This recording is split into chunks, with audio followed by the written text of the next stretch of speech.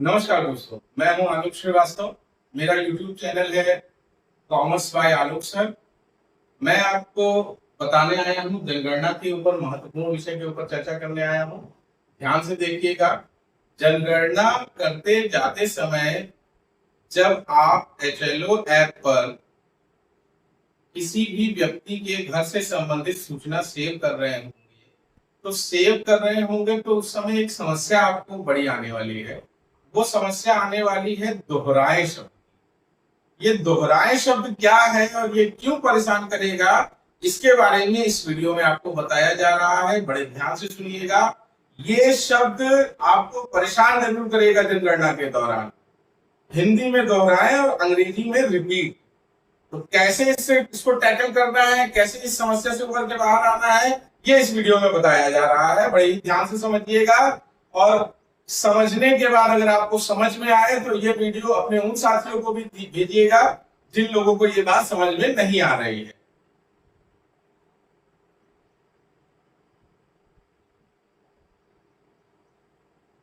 इस बात को समझने के लिए मैं दो उदाहरण दे रहा हूं, ध्यान से समझिएगा। पहला उदाहरण स्क्रीन के पहले पार्ट में लिखा हुआ है और दूसरा उदाहरण दूसरे पार्ट। पहले उदाहरण के अंतर्गत हमारा जनगणना भवन 1 है। इस जनगणना भवन के अंतर्गत जनगणना मकान 2 है और परिवार 2 है। रसोई 1। और दूसरे एग्जाम्पल में हमारे पास क्या है, जनगणना भवन 1 है, जनगणना मकान 2 है, परिवार 2 है, रसोई भी 2 है। अब ये एक ऐसी समस्या है जिस समस्या का निवारण करना बड़ा कठिन है। चलो ऐप इसको समझना बड़ा कठिन है। तो जरा हम ध्यान से समझते हैं कि इसमें कैसे काम करना है। सबसे पहले भवन संख्या आपको लिखनी है। जनगणना मकान आपका खुद से भर जाएगा, आपको नहीं भरना है। अब जनगणना मकान के अंदर जाएंगे, परिवार के मुखिया का नाम,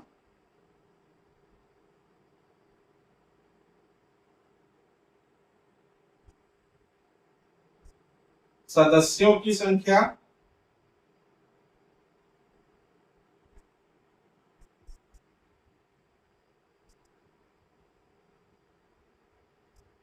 ये सारी चीजें हम लोग उसके अंतर्गत भरेंगे। अब भरने के बाद अब यहाँ पे ये बात फंसती है कि एक परिवार तो 2 है लेकिन रसोई 1 है। तो जनगणना अधिनियम 1999 के अंतर्गत ये बात स्पष्ट की गई है कि जिस घर में कितने भी परिवार रह रहे हो, यदि उनकी रसोई 1 है तो वो पूरा एक ज्वाइंट फैमिली मानी जाएगी, एक संयुक्त परिवार माना जाएगा। उसमें अलग अलग परिवार की गिनती नहीं। तो यहाँ पे ये बात समझने वाली है कि इसके अंतर्गत हमारे परिवार की गिनती अलग अलग नहीं होने वाली है। इसका मतलब एक ही परिवार माना जाएगा। बात समझ में आई होगी आपको। और जब एक ही परिवार माना जाएगा तो परिवार का मुखिया कोई भी एक व्यक्ति होगा।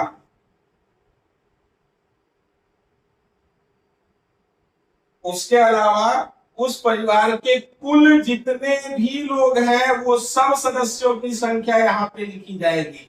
मान लेते हैं टोटल परिवार 2 है, पहले परिवार में 5 लोग हैं, दूसरे परिवार में 5 लोग हैं, तो दोनों को मिला के सदस्य की संख्या 10 यहाँ पे लिखी जाए।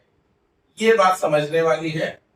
अब जनगणना मकान, अब यहाँ पे एक बात समझनी है कि दोहराए शब्द यहाँ कैसे आएगा।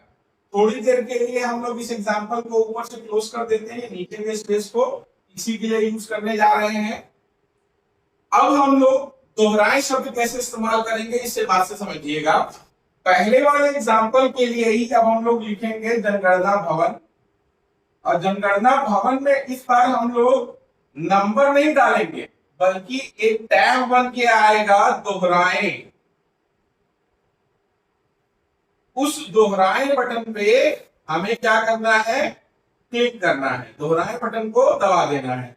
दोहराए बटन दबाते ही जनगणना भवन अपने आप भर जाएगा, आपको भरने की जरूरत नहीं पड़ेगी। उसके बाद जनगणना मकान पे आते हैं। जैसा कि आपको बताया गया है कि इसमें दो जनगणना मकान है, इसका मतलब मकान के दो हिस्से हैं। पहले हिस्से का उपयोग आवासीय रूप से हो रहा होगा और दूसरे हिस्से का उपयोग किसी अन्य पर्पज से हो रहा होगा। तो जनगणना मकान अपने आप लिख के आ जाएगा दो, आपको लिखना नहीं पड़ेगा। जनगणना मकान अपने आप लिख के आ जाएगा दो, आपको लिखना नहीं पड़ेगा। तो यहां पे हम लोगों ने पहले एग्जाम्पल में दोहराए शब्द का इस्तेमाल कहां देखा, जनगणना भवन में देखा। क्यों? क्योंकि परिवार एक साथ रहता है, परिवार तो अलग अलग बटा है नहीं, तो हमें जनगणना मकान को दोहराने की जरूरत नहीं है, सिर्फ जनगणना भवन को दोहराया जाएगा। कब? जबकि परिवार विभाजित नहीं है, परिवार में एक ही रसोई है, तो उस केस में हमें जनगणना भवन को दोहराना है, जनगणना मकान को दोहराने की कोई जरूरत नहीं है। अब हम आगे बढ़ते हैं, दूसरे एग्जाम्पल को लेकर चलते हैं।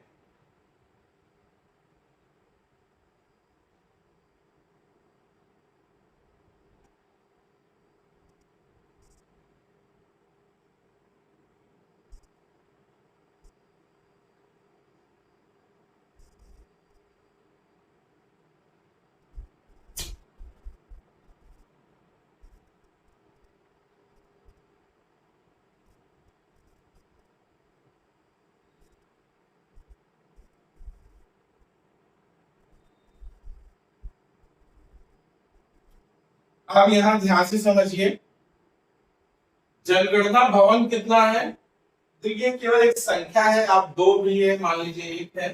फिलहाल चलिए एग्जाम्पल में हम लोग एक लेके चल रहे थे, तो इसको बदल के एक कर देते हैं।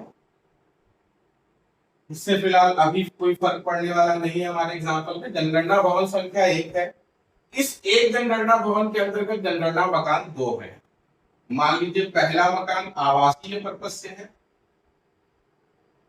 और दूसरे मकान में गाड़ी रखने के लिए गैराज बनी हुई है।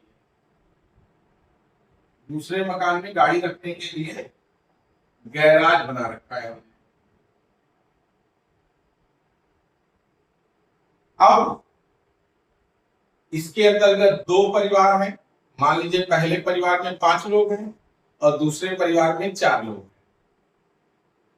दो रसोई हैं, इसका मतलब कि परिवार अगर एक रसोई होती है तो एक साथ माना जाता है, अगर दो रसोई है तो अब परिवार विभाजित हो गया है, परिवार संख्या 1 और परिवार संख्या 2 में।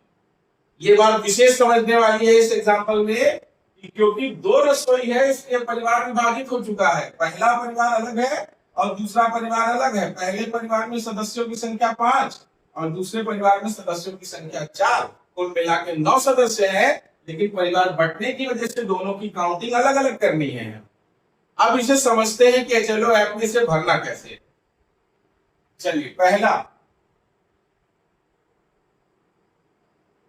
हम लोग ये आवासीय वाले मकान के लिए बता रहे हैं, आवासीय वाले मकान के लिए आपको समझाया जा रहा है अभी फिलहाल।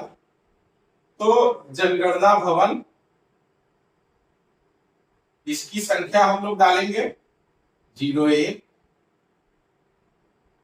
जनगणना मकान, इसकी संख्या स्वतः ही अपने आप भर के आएगी, इसे आपको भरने की जरूरत नहीं है 1। इसके बाद जब परिवार के मुखिया का नाम लिखने की बात आएगी,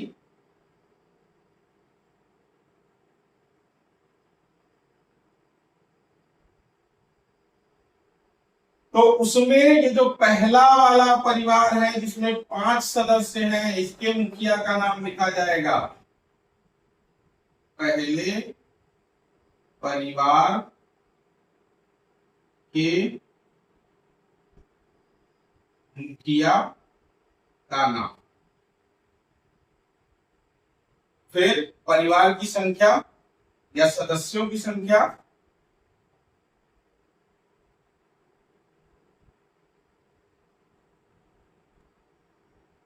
क्योंकि हम लोगों का परिवार बढ़ चुका है, हम लोग पहले परिवार की बात कर रहे हैं, तो परिवार के सदस्यों की संख्या जो कि पहले परिवार में 5 है वो अंकित करी जाएगी। अब इसके आगे बढ़ते हैं, फिर से इसी एग्जाम्पल को दूसरे तरीके से समझते हैं।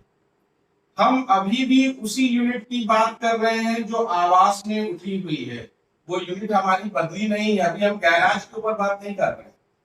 अब आवास वाले में हमें सबसे पहले जनगणना भवन भरना होगा। इसके लिए हम लोग को भरने की जरूरत नहीं है, दोहराए टैब पे जाएंगे, क्योंकि हमारा जनगणना भवन वही चल रहा है, उसके अंतर्गत परिवार बदला है, तो दोहराए पे क्लिक करेंगे। इसके बाद जनगणना मकान के ऊपर आएंगे। अब यहां पे समझने वाली बात यह है कि जनगणना मकान क्या हमारा बदल गया है? ध्यान से समझिए, जनगणना मकान के अंतर्गत कितने भाग थे? 2 भाग थे। पहला भाग आवास में था, दूसरा भाग गैराज में था। इस आवासीय भाग में ही दोनों परिवार रह रहे हैं, गैराज में नहीं रहने गया है कोई, इस आवासीय भाग में ही। इसका मतलब पहले जनगणना मकान में ही दोनों परिवार रह रहे हैं, तो क्या आपका जनगणना मकान बदलेगा? नहीं बदलेगा। तो आपको जनगणना मकान के लिए भी दोहराए टैब पर जाना है, दोहराए पे क्लिक करें। अब आपका जनगणना मकान वही चल रहा है जो पीछे था, इसका मतलब जनगणना भवन क्या होगा? 1। जनगणना मकान भी क्या होगा? 1। ये बात विशेष रूप से ध्यान दीजिएगा, यही सबसे महत्वपूर्ण है। इसके बाद हम लोग जाएंगे परिवार के मुखिया के नाम के ऊपर।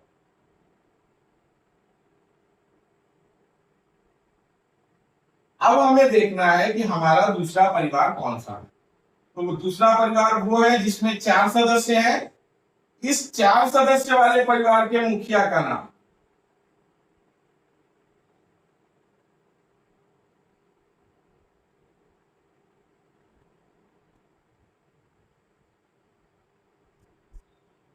उसके बाद सदस्यों की संख्या,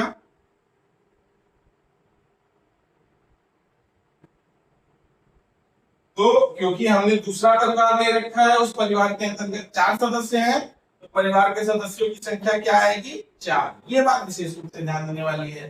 तो अभी हमने क्या सीखा कि अगर जनगणना मकान आवासीय उपयोग में है और उसके अंतर्गत 2 परिवार हैं जिनकी रसोई अलग अलग बटी हुई है, तो उसके अंतर्गत हमारा जनगणना भवन 1 है, जनगणना मकान भी 1 है, किंतु परिवार 2 अलग अलग हो जाएंगे। तो इसे कैसे करेंगे? चलो ऐप पर जब हम पहले परिवार का ब्यौरा भरेंगे तो जनगणना भवन सिलेक्ट करेंगे, जनगणना मकान अपने आप भर के आएगा, अगला जो भी मकान होगा। परिवार के मुखिया का नाम लिखेंगे, सदस्यों की संख्या लिखेंगे। अब आपको इसी जनगणना मकान में एक और परिवार लेके आना है। मैं भवन की बात नहीं कर रहा, जनगणना मकान की बात कर रहा हूं। इसी जनगणना मकान में एक और परिवार लेके आना है, तो आप उसे कैसे भरेंगे? जनगणना भवन भरना नहीं है, दोहराए पे क्लिक करना है। जनगणना मकान भरना नहीं है, दोहराए पे क्लिक करना है। परिवार के मुखिया का नाम, जो दूसरा परिवार है उसमें जिसमें 4 सदस्य थे उसके मुखिया का नाम, सदस्यों की संख्या, उस परिवार में जितने सदस्य हैं उनकी संख्या। ये बात विशेष रूप से समझाई गई है, बहुत ध्यान से समझिएगा। फिर से एक बार बता देता हूं कि अगर रसोइयां बढ़ गई है तो परिवार की गिनती अलग अलग होगी, किंतु जनगणना मकान में परिवर्तन नहीं होगा, क्योंकि यह माना जाएगा कि वो एक ही बड़े भवन में अलग अलग रह रहे हैं, उनकी रसोइयां बढ़ चुकी हैं।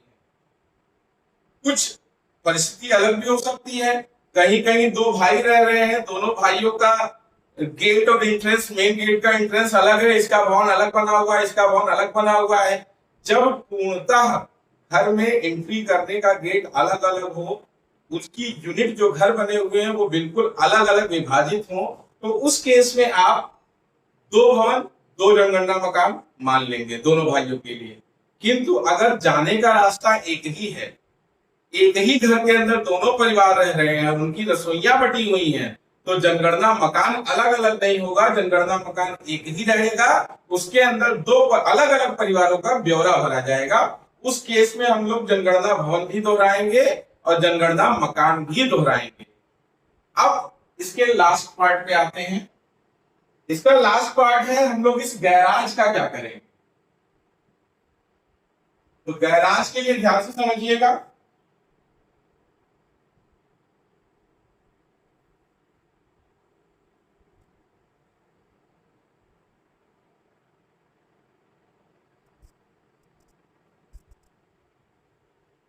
चलिए आते हैं, अब हम उस वाले पार्ट की बात करने जा रहे हैं जिसमें गैराज है।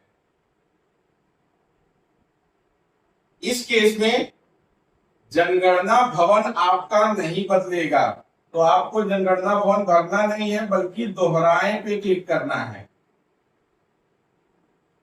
दोहराए का बटन दबाएंगे और आपका जनगणना मकान लिख के आ जाएगा। उसके बाद जनगणना मकान। अब यहां एग्जाम्पल में ध्यान से देखिए कि जनगणना मकान दो थे, पहला आवास के लिए था, दूसरा गैराज के लिए था। तो क्या आपका जनगणना मकान बदल रहा है?